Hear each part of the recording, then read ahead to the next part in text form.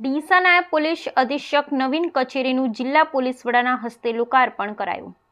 આજરોજ ડીસા મામલતદાર કચેરી કમ્પાઉન્ડમાં આવેલ રાજ્ય વેરા કમિશનર કચેરીની બાજુમાં નાયબ પોલીસ અધિક્ષકની નવીન કચેરીનો લોકાર્પણ કાર્યક્રમ યોજાયો હતો, જેમાં બનાસકાંઠા જિલ્લા પોલીસ વડા અક્ષયરાજ મકવાણાના હસ્તે રિબિન કાપી નવીન કચેરીનું લોકાર્પણ કરવામાં આવ્યું હતું।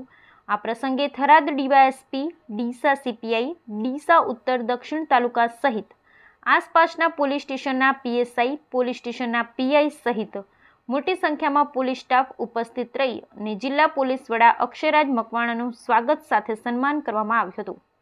જિલ્લા પોલીસ વડા અક્ષયરાજ મકવાણાએ નવીન કચેરી તૈયાર કરવા બદલ ડીસા વિભાગીય ડીવાયએસપી સીએલ સોલંકી સહિત પોલીસ સ્ટાફની શુભેચ્છા પાઠવી હતી।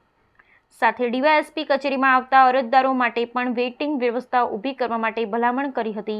જિલ્લા પોલીસ વડા અક્ષયરાજ મકવાણાએ નવીન ડીવાયએસપી કચેરીની બાજુમાં ખુલ્લા પ્લોટમાં વૃક્ષારોપણ કરી અને પર્યાવરણ બચાવવાનો સંદેશ પાઠવ્યો હતો, જ્યારે ડીવાયએસપી સીએલ સોલંકીએ જણાવ્યું હતું કે દક્ષિણ પોલીસ સ્ટેશનના નાયબ પોલીસ અધિક્ષક કચેરી હોવાથી અરજદારો સહિત પોલીસ સ્ટાફને થોડી મુશ્કેલીનો સામનો કરવો પડતો હતો, ત્યારે આજે નવીન કચેરીનું લોકાર્પણ જિલ્લા પોલીસ વડાને હસ્તે કરી કચેરીને ખુલ્લી મૂકવામાં આવી છે અને ડીસા સહિત ગ્રામ્ય વિસ્તારોમાંથી રજૂઆત માટે આવતા અરજદારોને સહેલાઈથી રજૂઆત કરી શકશે। સાથે ડીવાયએસપી કચેરીની બહાર સરકારી મોબાઈલ નંબરો મૂકવામાં આવ્યા છે। કોઈપણ વ્યક્તિને કાયદો વ્યવસ્થાને લઈ ને કાંઈ તકલીફ હોય સીધો જ કોન્ટેક્ટ કરી શકો છો।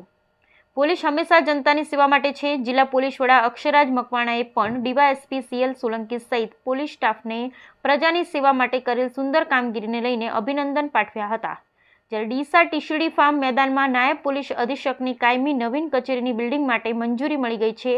ટૂંક સમયમાં નવીન બિલ્ડિંગ તૈયાર થઈ જશે।